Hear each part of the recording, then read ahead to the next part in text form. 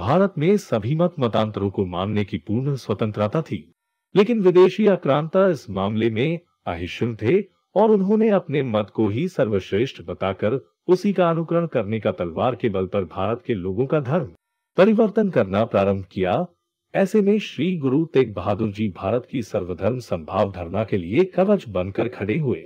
धर्म के नाम पर मर मिटने की जब भी बात होती है तो सिख समुदाय के गुरु तेग बहादुर जी का नाम बड़ी ही इज्जत और सम्मान के साथ लिया जाता है।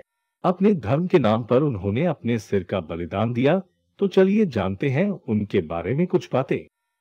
श्री गुरु तेग बहादुर जी का जन्म पंजाब के अमृतसर नगर में हुआ था। वह गुरु हरगोविंद जी के 5वें पुत्र थे। सिखों के 8वें गुरु श्री हरिकृष्ण जी की अकाल मृत्यु हो जाने के कारण जनमत द्वारा श्री गुरु तेग बहादुर को गुरु बनाया गया था। उनके बचपन का नाम त्यागमल था। मात्र 14 वर्ष की आयु में अपने पिता के साथ मुगलों के हमले के खिलाफ हुए युद्ध में उन्होंने वीरता का परिचय दिया।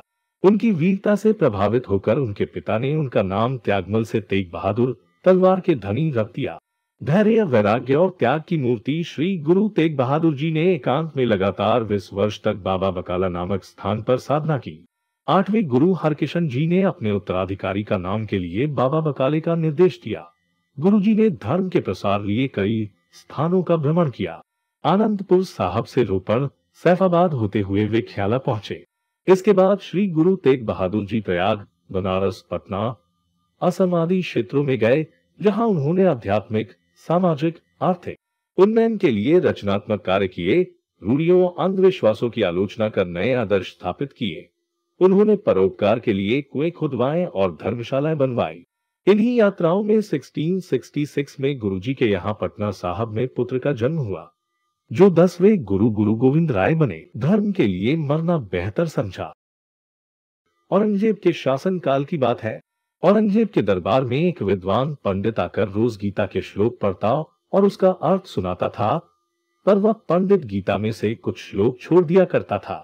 एक दिन पंडित बीमार हो गया और औरंगजेब को गीता सुनाने के लिए उसने अपने बेटे को भेज दिया, परंतु उसे बताना भूल गया कि उसे किन किन श्लोकों का अर्थ राजा को नहीं बताना। पंडित के बेटे ने जाकर औरंगजेब को पूरी गीता का अर्थ सुना दिया। गीता का पूरा अर्थ सुनकर औरंगजेब को यह ज्ञान हो गया कि प्रत्येक धर्म अपने आप में महान है, किंतु औरंगजेब की हठधर्मिता थी कि उसे अपने धर्म के अतिरिक्त किसी दूसरे धर्म की प्रशंसा सहन नहीं थी। औरंगजेब ने सबको इस्लाम धर्म अपनाने का आदेश दे दिया और संबंधित अधिकारी को यह कार्य सौंप दिया। औरंगजेब ने कहा, सबसे कह दो या तो इस्लाम धर्म कबूल करें या मौत को गले लगा लें। इस प्रकार की जबरदस्ती शुरू हो जाने से अन्य धर्म के लोगों का जीवन कठिन हो गया।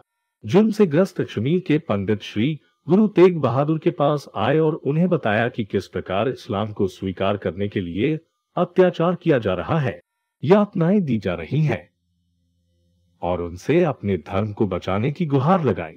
तत्पश्चात श्री गुरु तेग बहादुर जी ने पंडितों से कहा कि आप जाकर औरंगजेब से कह दे कि यदि श्री गुरु तेग बहादुर ने इस्लाम धर्म ग्रहण कर लिया तो उनके बाद हम भी इस्लाम धर्म ग्रहण कर लेंगे, और यदि आप श्री गुरु तेग बहादुर जी से इस्लाम धारण नहीं करवा पाए तो हम भी इस्लाम धर्म धारण नहीं करेंगे।